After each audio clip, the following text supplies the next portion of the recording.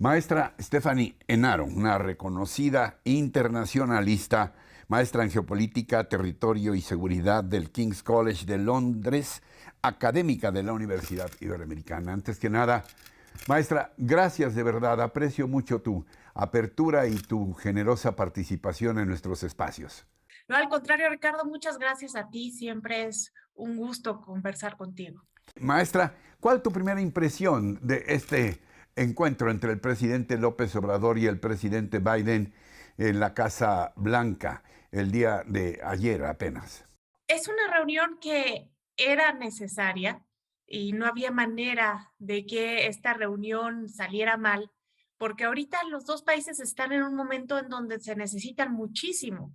Recordemos que tenemos una pandemia que sigue corriendo de fondo, una inflación que está subiendo a niveles nunca Sí. antes vistos en ambos países y que, por cierto, en Estados Unidos ya llegó al 9.1 en el mes de junio, y una guerra en Ucrania que también contribuye al aumento de los precios y que hace necesario reforzar las alianzas, aparte de que también está el problema migratorio en donde 860 personas, Ricardo, son detenidas cada día en la frontera entre México y Estados Unidos.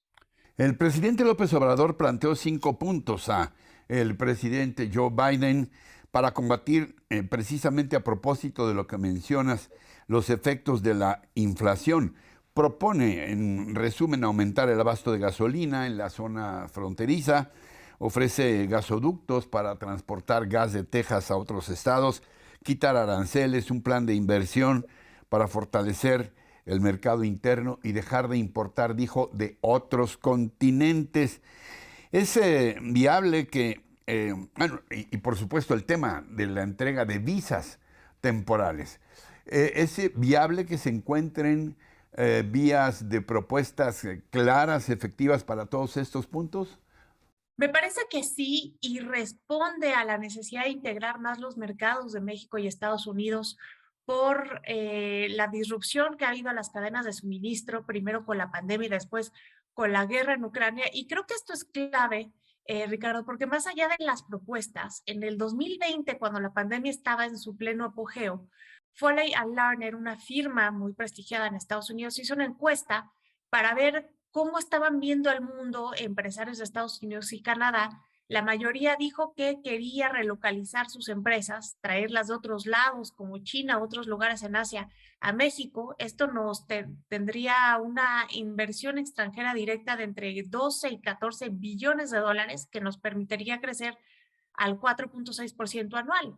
Podríamos estar aprovechando este Sí. momento, pero claro, todo depende de cómo esta administración juegue sus cartas, porque hasta ahora las propuestas suenan maravillosas, pero creo que el éxito va a ser realmente cuando se puedan implementar con eficacia. En el caso del siempre sensible tema migratorio, ¿te quedó claro a ti si hay una respuesta efectiva del gobierno del señor Biden respecto a esta propuesta del presidente López Obrador, una petición, pues, para que haya visas de trabajo, para que haya un mayor control migratorio que al mismo tiempo atienda el tema de derechos humanos de los migrantes? Mira, me parece que sí, porque Estados Unidos las necesita. Con el cierre de fronteras que empezó a ocurrir durante la pandemia, Estados Unidos ha llegado a tener un déficit de 2 millones de mano de obra. Entonces, lo necesita evidentemente, y por eso lo que propone el presidente López Obrador es una receta que ya está conocida, que ya ha sido utilizada, porque recuerda mucho al programa de Braceros que Sí. fue puesto en marcha en 1942 con el presidente Ávila Camacho. Sí, claro, que era un programa que respondía a esa necesidad de mano de obra luego de la guerra, ¿no? Así es. Y creo que de alguna manera hay una guerra contra un virus invisible que sigue cobrando víctimas, y hay otra guerra del otro lado del mundo que ha partido al mundo en dos, Ricardo, y con esto el mundo se ha tenido la necesidad de pensar en nuevas realidades geopolíticas, y estamos en un punto en donde la globalización podría terminar convirtiéndose en una regionalización y de ahí que las palabras del presidente López Obrador tengan que ver con que Norteamérica vuelva a tener el peso que tenía en la década de los 90, en donde prácticamente el 60% de la mercancía que se producía en el mundo se producía aquí y después parece ser que nos desviamos un poco, pero hoy es importante retomar esa fuerza productiva. El presidente Biden ha dicho por su parte que, a pesar de los titulares por momentos exagerados, la relación con el presidente López Obrador es buena, fuerte y productiva, dijo. ¿Tú crees que está mejorando la química entre ambos mandatarios después de que hubo cuestionamientos, sobre todo a la llegada del presidente Biden, sobre si íbamos a tener una relación amistosa y benéfica para ambos países? Una de las máximas de la política electoral es que, pues, la gente muy pocas veces se va a acordar si algo pasó o no, pero sí se van a acordar de cómo algo los hizo sentir. Y de alguna manera, esta rebelía ante Estados Unidos se transmite en capital político en un momento difícil. Y creo que también, más allá de estar alejados, creo que a través del embajador Ken Salazar, Estados Unidos se ha acercado bastante a la administración porque por más que digan que ha abandonado los intereses de Washington y que ahora responda a los de López Obrador, yo creo que esto es producto de una estrategia y que incluso la retórica del embajador cuando opina sobre temas tan controversiales de la historia mexicana como la elección del 2006, en donde ya él también comienza a dudar de su legitimidad, pues nos habla de que ya está alineándose con la línea discursiva del gobierno y que esto, lejos de alejar a Estados Unidos, los acerca a esta administración y que eso es realmente lo que a Estados Unidos le interesa. Dime, ¿qué papel está jugando y puede jugar el Congreso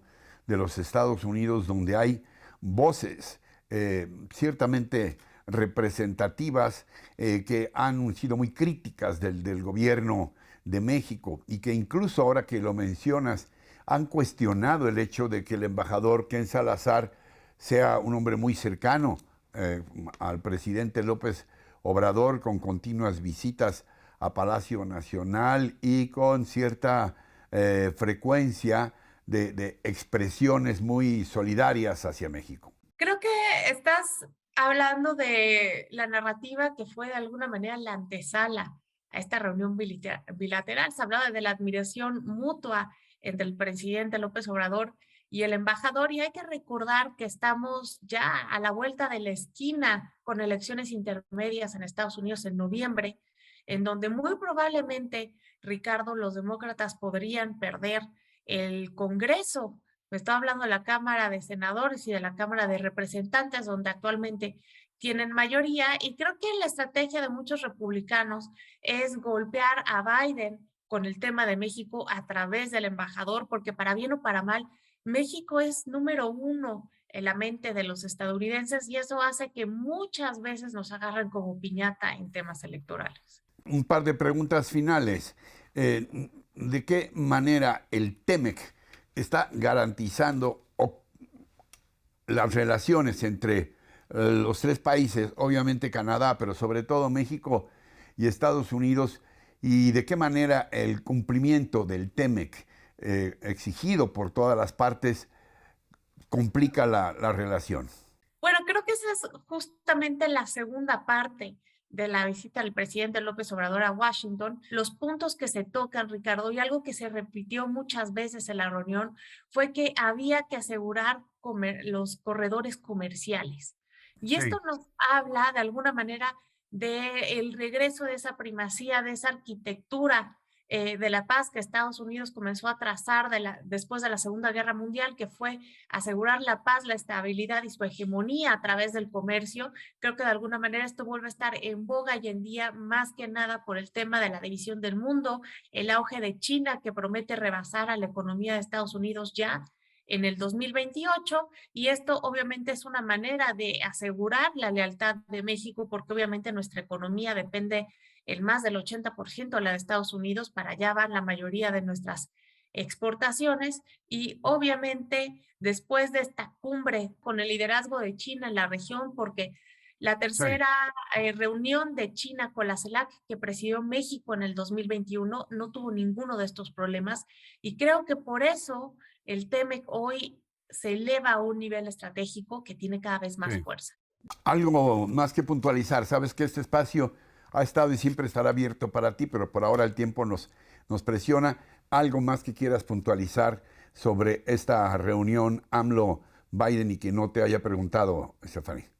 Yo creo que hay que también remarcar cómo se vio esta visita en Estados Unidos.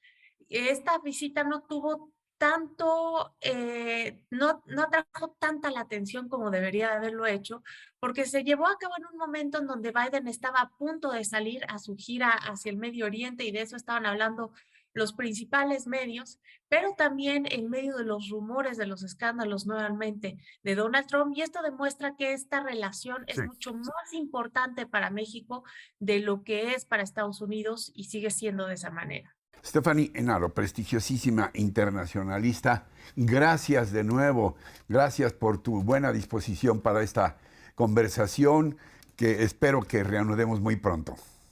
Así será, mi querido Ricardo. Muchas Gracias. gracias. Hasta siempre. Gracias también por su atención, por su compañía y lo que más aprecio, su confianza en este espacio. Hasta la próxima. Hasta siempre.